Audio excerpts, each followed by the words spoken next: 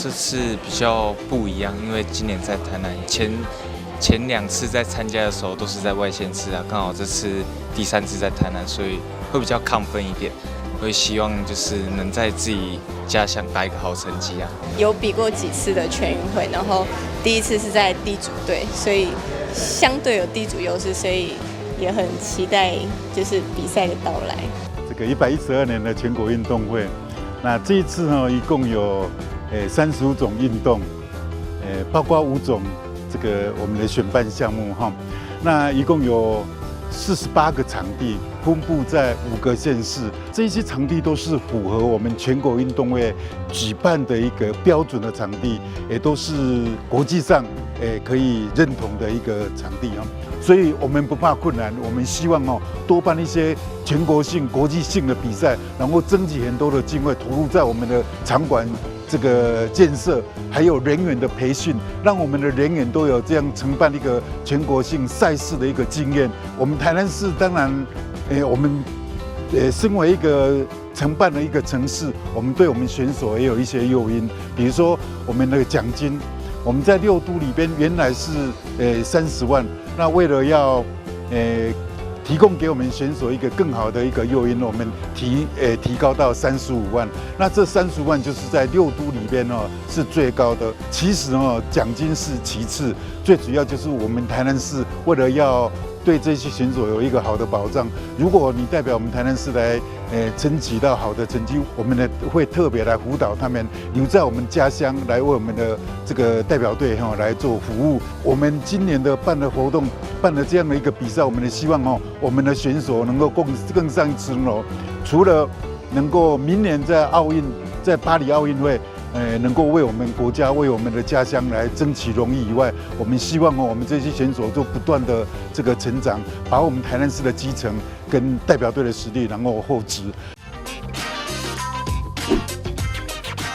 掌握施政3分钟，台南进步向前冲。欢迎大家来到台南。2023民国112年全国运动会就在台南哦。我想今年台南好山好水，而且好吃的东西太多。明年2024年是台南400，所以说我们很多的活动同时在台南举办，所以欢迎大家在10月21日到26日精彩的10月、光辉的10月来到台南参加全国运动会。我准备好了，我准备好了。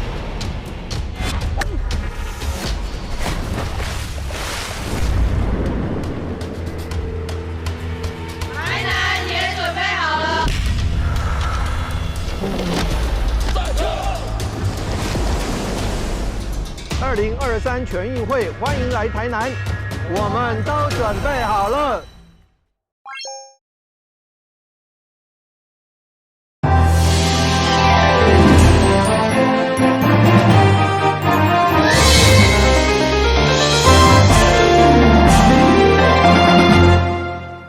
大家好，我是杨顺怀，欢迎收看10月13号礼拜5的中嘉台南地方新闻。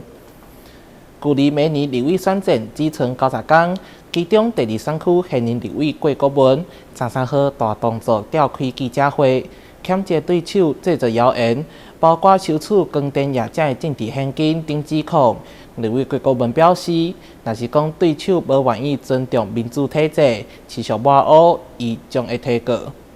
立委郭国文伫议员蔡立青、黄兆辉以及7个大条高自救会长的小厅召开记者会。立委郭国文表示，家己插政治超过10年，毋捌看过一场选举遮尔济乌函。对今年9月开始，一波一波，差不多每礼拜拢出刊来抹黑，嘛有侪支持者相当烦恼。日前，伊嘛家己录影片来澄清，不过对手却持续针对伊收光电业者的政治现金等无实在指控，互伊不得不召开记者会，强烈谴责，嘛无排除提出告诉。这接下来的选战就是蓝绿对决的选战，因为他就是蓝营的候选人，他只是没有获得国民党的提名，却是获得国民党大力支持的一个候选人，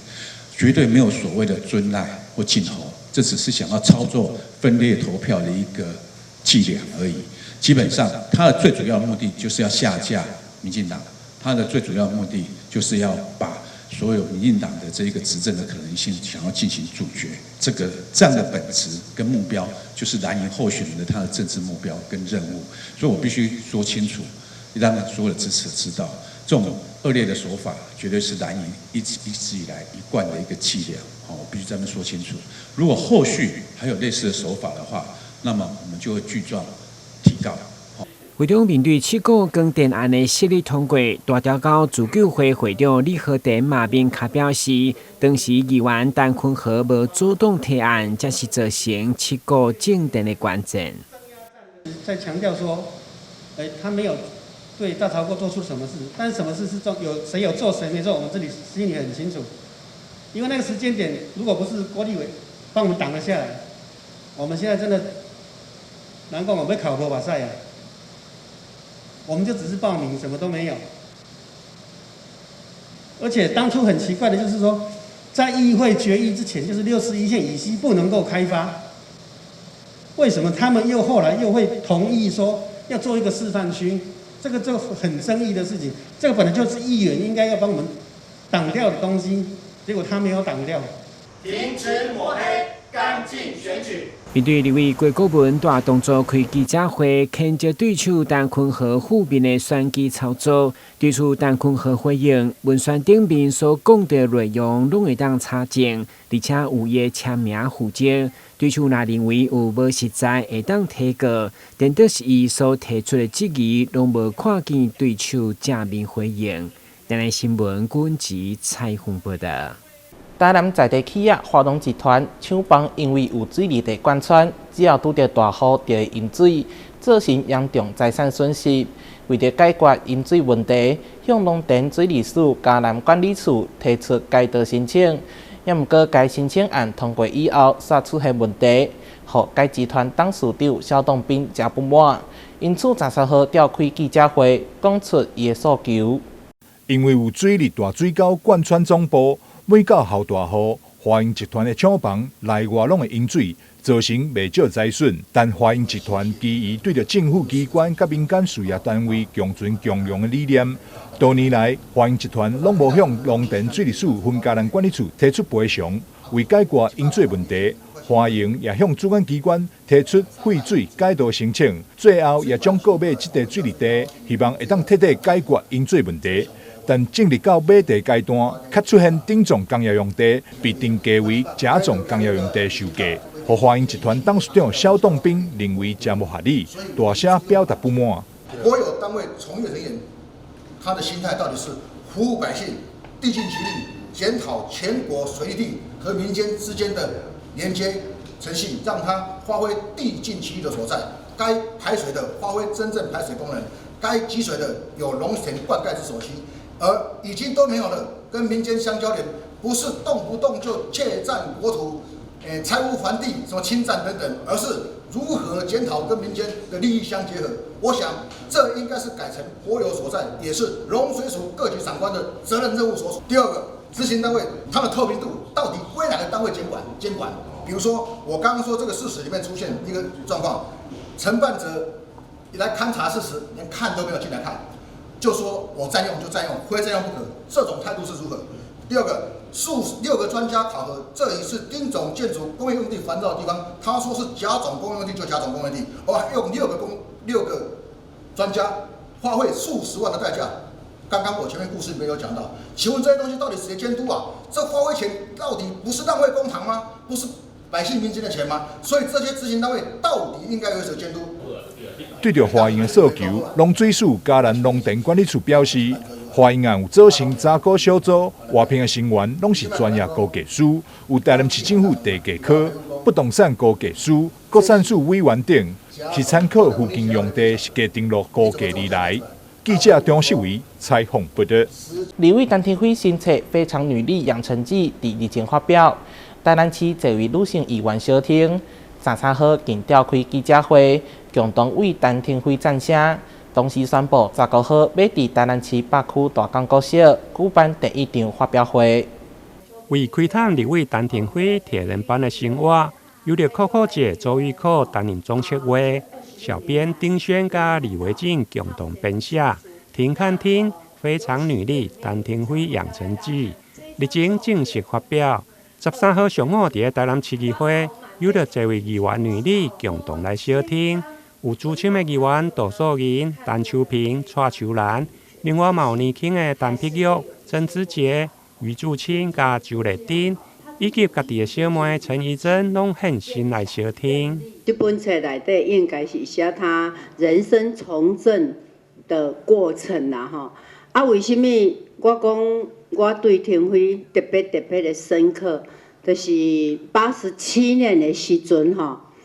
伊是选台南市议员，我是选台南县议员。啊，然后呢，廷辉伊做3届的议员，伊就起来冲立委嘛。所以讲起来吼，一个非常坚强的女性。你看，爸爸从小的意愿就是希望他是一个小公子，他是学巴黎的，学一些比较意识的，但是无同款。虽然政治唔是一种艺术，但是我感觉讲政治比艺术更加重要。他所要扮演的角色真的非常的多。我对廷飞他侧身的了解不管他对我们选民服务，以及他政治理念的坚持，为了他的那个坚持，我一再说，一位政治除了说有能力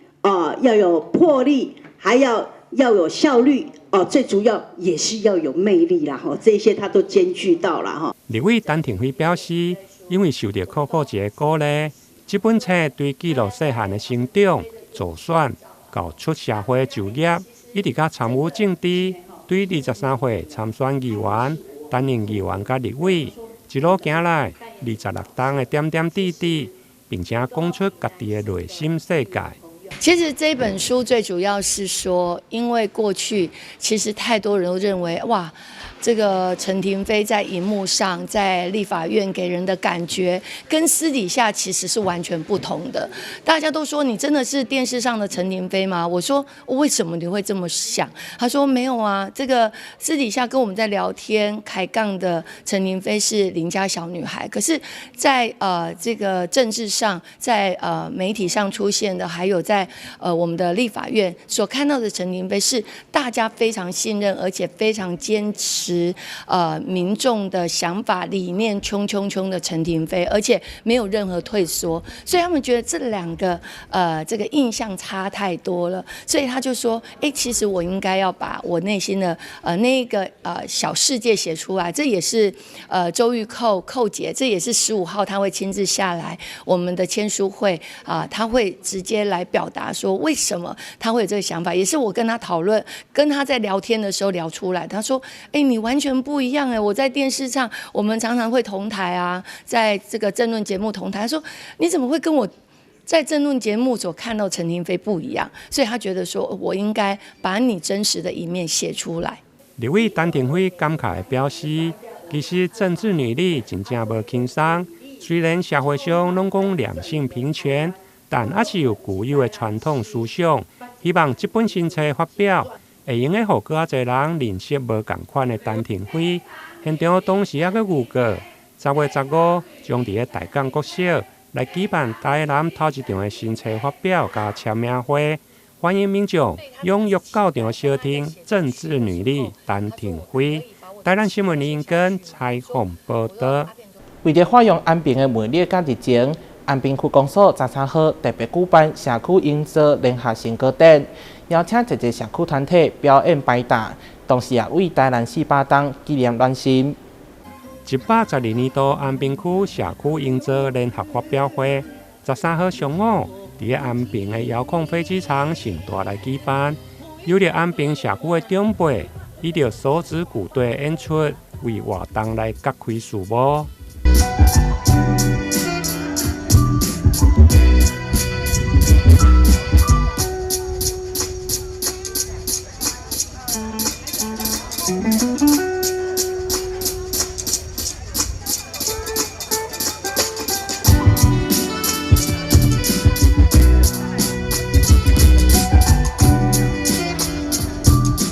现场包括民政局副局长吴明熙、安平区长萧泰华以及真侪社区团体，包括建平社区、石门甲菩萨社区等，展现社区营造甲静态大位的展览等。今天是我们阿明区公所办理112年度的社造成果展。我想我们社区是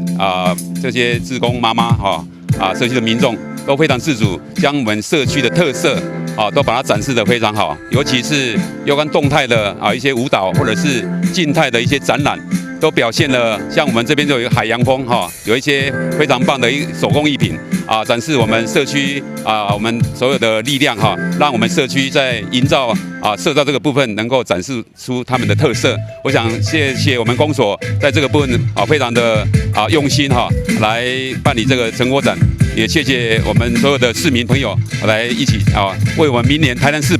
台南运动会一起加油。今年呢，我们特色就除了说我们为明年的400年做个暖寿之外我们今年也结合新时代的一个元素进入我们跟让人记的那个手指鼓那结合跟我们社区一起来搭配创作这样一个音乐那希望说我们能够每年都把我们整个安平区的一个不同的元素、不同的特色能够展现出来那我们这边也会积极的去再请各个社区，包括说个人能够继续来申请我们这样的一个社造那我们整个安平区的成果能够一一的呈现为我们明年400年注入一个最大的一个动力。现场除了沙巴鱼主题馆的展览，另外还有纪念台南400档进行的涂鸦艺术创作品的展览，同时嘛为明年台南建成400档的活动提前来暖身。台南新闻林跟采访报道。咱先休困一下，马上转来新闻现场。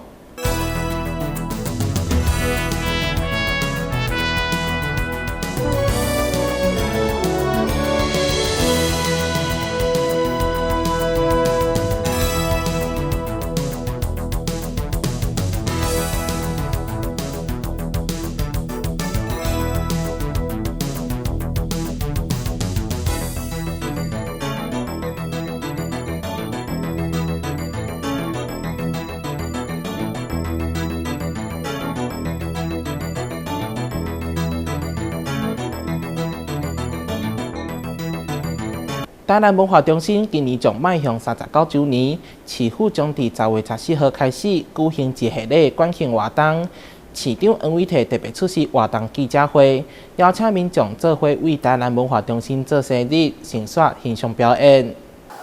台南文化中心是培育在地表演艺术的重要场馆，今年将迎来39周年。特别以层叠水路、丁潭文化溪流知名册展，用水路为概念，因此台南文化中心为伫地溪源头的地理意义，同时见证南台湾嘅文化展。这一次很希望能够用层叠水路这样的一个主题，帮大家重新呼唤起我们人在居住、劳动，还有所有文明发展的过程里面，其实跟环境是息息相关的。看来是有高度的事情，那个高度的事情其实是重新在回顾我们的脉络，那个脉络是除了是整个台南文化发展的脉络，也是一个文化中心位在这个地方跟整个环境之间，那个整个脉络的重新的再连接。这次馆庆包含剧场表演、户外演出、室内活展览、工作坊以及论坛，总共18场系列活动。市长黄伟綽特别甲参与团体斗阵暖心宣传，同时也颁发感谢状，予赞助馆庆的企业。是我们文化中心第39年、第9年，这个民间，而且能够让这个它的一个设备可以说是在当时、当下跟现在也都是非常好的，音效、音场都非常好，但这只是硬体的部分。有一个好的硬体，但是也希望有更多丰富、充实的文化内涵。10月14、15号将举办馆庆开幕仪式，除了有热闹的文化气质之外，嘉义海南天仪队也将带来精彩的表演，还有一个台南在地优秀团队共同举办水路运动会，将户外水池变成剧场。这一系列活动将到咧到11月16号。欢迎民众把握机会来欣赏表演。台南新闻所在采访报道。台南艺文界年度盛会台南美展，今年已经迈入第41年，颁奖典礼将伫10月14号举行。这次第7个作品当中，选出6大类，总共150件作品。台南奖也分别由郭之珍、尤振宇以及林泽南3位得奖。台南美展举办到达超过40天，今年报名人数再创高峰，总共超过600个人投件。竞争台南美展各大奖项甲81万奖金，收件数比去年成长20%，彰显台南在地艺术家的创作活力。那这41年当中，我们可以看到台南美展逐年的在做一些调整跟改变。那今年最重要就是我们改采线上征件的方式，那总共有627件作品来参展。那我们获选有150件，总共占了24%。今年入选的作品创作题材反映时代精神，表现出当代生活的状态。台南奖的部分，艺术家郭之珍以东方美材作品《慈爱的大地母亲》得奖；艺术家尤振宇以书法作品《蝶恋花2首》得奖。艺术家林泽南以立体造型作品《星火燎原》得奖。那其实，在这几年的得奖作品当中，我们可以发现，得奖的艺术家的年纪越来越年轻，而且媒材的使用方式，除了我们的技能之外，他们更会加入了社会的议题，去呼应这个社会的一个现象。台南奖的作品将伫文化中心展出到11月12号，文化局未来将持续为这艺术家举办展览。提供好的平台，鼓励因继续创作。台南新闻生活采访报道。高雄有面包业者推出大粒的棒，将鸡卵面包甲墨西哥面包做成比一般的棒的5倍大，制作起来了时搁了工，所以门市逐工限量20多粒，推出了后拢会全部卖了。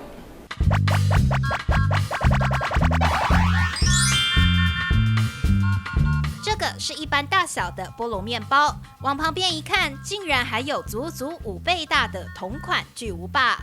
连锁面包店最新推出巨大面包，每天在门市都是限量。原因在于，相较于一般面包，不但成本高，而且一个烤盘上最多只能放上2颗，耗工又费时。不仅得用电话预订，而且每天都售罄。一直以来都有客户在经常说跟我们反映说，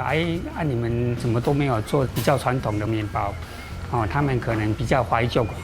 所以说我们就说好，那我为了要满足那个顾客的需求，我们特地跳脱出来跟市场不一样，所以说就把传统的面包、怀旧的面包给做大，所以说才会演化出这个巨大的面包。菠萝面包和墨西哥面包都是台湾传统的古早味甜面包。这样的面包看起来很简单，其实其中有很多的美角。要如何在维持面包柔软的同时，入口咀嚼后还能保持不干涩？尤其在面包放大体积之后，面团和内馅的比例更是格外考验师傅的功夫。一般越大的面包它其实技术门槛会越高。它除了必须要在原料的慎选之外，而且在制程方面，以及我们各个工作的那个重量，我们都必须要再更加慎选考虑进来。比方说，在它发酵的部分的话，我们必须要让它发酵的更精准，不要让它超过，因为你发酵一旦过发的话，它就会造成面包组织的粗糙，以及吃起来会比较干。台湾南部习惯吃甜，原先店家就是应客人要求而做出巨无霸面包，推出之后也收到不少客人的回馈。客人反馈的话，他非常的惊喜，说它比我们认知的传统面包